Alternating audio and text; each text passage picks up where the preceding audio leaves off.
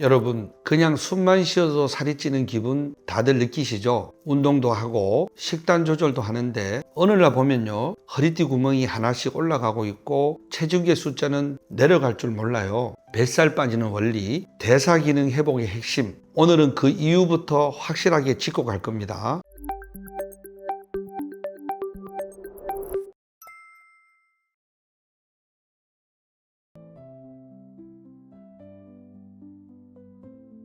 뱃살 왜 찔까요? 그 답을 모르면 답답하겠지만 알게 되면 문제는 더 이상 문제가 아니죠. 체중 감량 시작은 내 몸 상태를 제대로 아는 것부터입니다. 내 몸의 대사 기능이 제대로 유지되고 있는지부터 점검한 뒤 식습관을 개선하고 운동도 병행해야 가장 안전하고 지속적인 체중 감량이 가능합니다. 뱃살이 찌는 주된 원인은 뭘까요? 대표적으로는 과도한 칼로리 섭취, 운동 부족, 그리고 체온 저하와 나이가 들면서 줄어드는 기초 대사량이 있습니다. 사람들에게 어떤 운동 하세요? 라고 물어보면 저는 숨쉬기 운동만 겨우 해요. 이런 대답 많이 하시죠? 그런데요, 숨쉬기조차 제대로 못하고 있는 분들이 많습니다. 운동이라는 단어만 들어도 질색하는 분들이 계신데요, 사실 숨쉬기만큼은 누구나 할 수 있습니다. 그래서 저는 들숨과 날숨을 깊게 하는 복식호흡부터 실천해 보시라 말씀드립니다. 방법은 간단합니다. 아침 공복 상태에서 폐에 있는 공기를 모두 바깥으로 내신 뒤 배 등 쪽으로 최대한 밀착시키고 가슴 쪽 부위, 즉 흉관만 확장하면서 숨을 깊이 들이마십니다. 그 상태로 10에서 15초간 호흡을 멈췄다가 다시 숨을 깊이 들이마시고 내쉬는 과정을 반복해 주세요. 하루 15초씩 5회만 하셔도 충분합니다. 이거 해보시면 압니다. 반드시 뱃살이 빠지고 폐활량도 늘고 체온도 올라갑니다. 우리 몸이 대사를 잘하는 체질로 바뀌기 시작하는 겁니다. 아무리 구슬이 서말이라도 깨어야 보배죠. 체중 감량과 건강 두 마리 토끼를 잡고 싶다면 실천하고 못하고는 여러분의 몫입니다.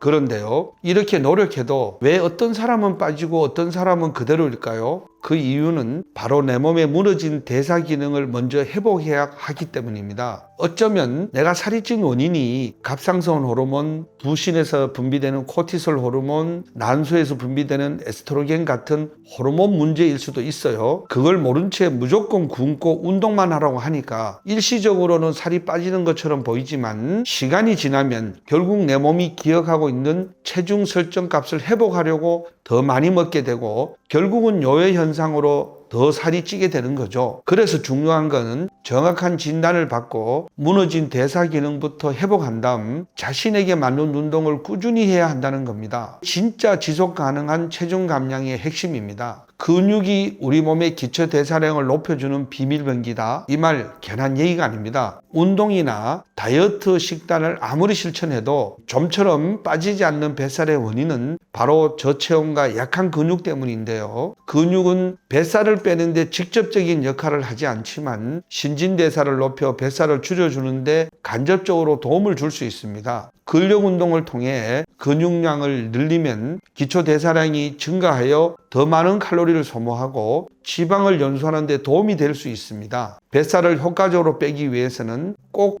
헬스장 등록이 필요한 것은 아닙니다. 홈트 중 코어 근육을 키우는 코어 운동과 스쿼트, 스태퍼, 실내 자전거 타기, 줄넘기 등의 다양한 유산소 운동은 복부 지방을 태워 뱃살을 빼주는 데 효과적입니다. 20분 이상부터 지방이 연소되니 한번 시작하면 20분 이상 지속해야 하는 것은 포인트입니다. 조금 더 빠르고 체계적으로 지방을 줄일 수 있는 방법도 있습니다. 요즘 많이들 얘기하는 고강도 인터벌 운동인데요. 물론 둘 다 병행하는 것은 최상이지만 절대 무리하지는 말아야 합니다. 대부분 사람들은 한 가지 운동을 오래 한 다음 충분히 쉬는 경우가 많은데요. 인체 근육은 지방을 통해 에너지를 얻기 때문에 무산소 운동과 같은 높은 강도의 짧은 운동에서는 양은 적지만 지방을 바로 사용할 수 있고 지방 분해가 빨라 단기간에 많은 양의 지방이 소모됩니다. 그러므로 5분 걷고 1분 강력하게 운동하는 고강도 인터벌 트레이닝을 하면 세포 내 에너지 생산 공장인 미토콘드리아의 활성을 증가시켜 더 많은 에너지를 만들고 많은 에너지를 짧은 시간에 사용하는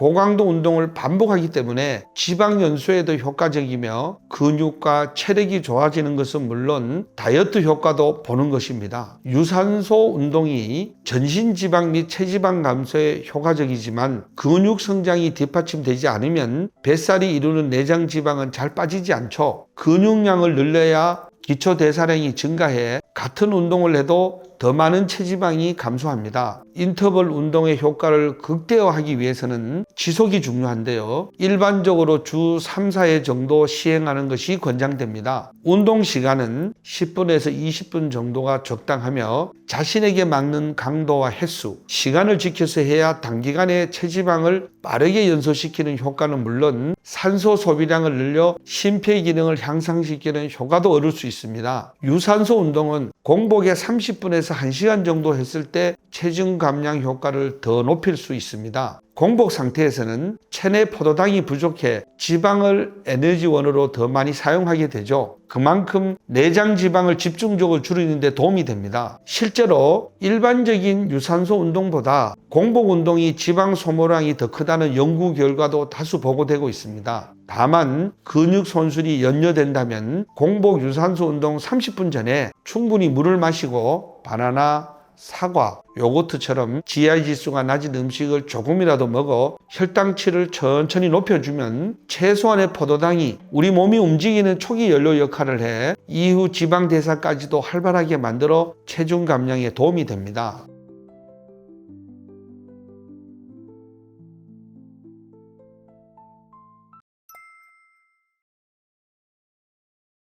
바쁜 날엔 운동할 시간조차 없을 때가 있죠. 그럴 땐 누워서 복식 호흡만 제대로 해도 뱃살 줄이는데 작지만 분명한 도움을 줄 수 있습니다. 숨쉬기조차 어렵다면 솔직히 그건 본인 선택이죠. 깊은 복식 호흡은 체온을 올리고 에너지 대사를 촉진해 체중 감량에도 큰 도움이 되니 꼭 실천해 보시길 추천드립니다. 그리고 또 하나 우리가 놓치기 쉬운 부분이 있습니다. 바로 수면과 체중 감량의 관계입니다. 잠이 부족하면 포만감 호르몬인 렙틴이 감소하고 식욕 촉진 호르몬인 그렐린은 증가시켜서 식욕이 증가하고 과식이나 폭식할 가능성이 높아집니다. 잠을 못 자고 깨어 있으면 뇌는 낮 시간으로 여겨서 자꾸 음식을 섭취하게 되고 결국 비만을 유발하게 되는 거죠. 그로 인해 지방이 쉽게 쌓이고 대사는 더 느려지게 됩니다. 체중 감량은 어렵지 않습니다. 기초 대사량, 호흡, 근육, 수면 하나하나 따져보면 결국 다 연결되어 있는 문제입니다. 내 몸의 대사 기능이 제대로 작동할 수 있도록 생활 속에서 실천한 가능 방법부터 하나씩 점검해 보시면 됩니다. 아무리 좋은 정보도 내가 실천하지 않으면 아무 소용이 없습니다. 오늘 내용도 마찬가지입니다. 듣고 끝내지 않고 해보는 것, 그게 진짜 건강의 변화의 시작입니다.